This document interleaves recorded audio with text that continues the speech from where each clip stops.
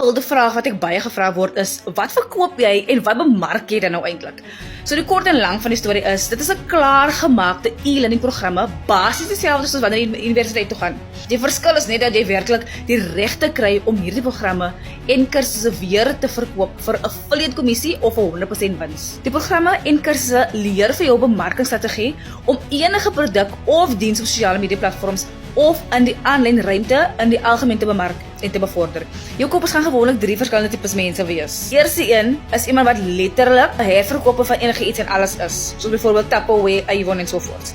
Dit gaan een van jou kliënte wees. Die tweede een is iemand wat hul eie besigheid wil begin, maar nog nie 'n produk of diens het nie en wil ook leer om hul eie produkte te skep. En dan is die derde een 'n huidige besigheidseienaar, soos ek, wat 'n eenvoudige besigheid wil skaal.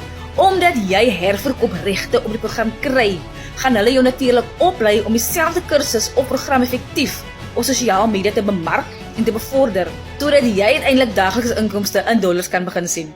So ja, daar het julle dit. As jy wil leer om dieselfde te doen, om van jou foon af te werk, met net wifi en jou selfoon van absoluut enige plek af, steeds tyd met jou familie te hê, herinneringe te maak, en terselfdertyd geld te verdien, los asseblief vir my ready in die comments en ek deel met die grootste liefde al die inligting met jou.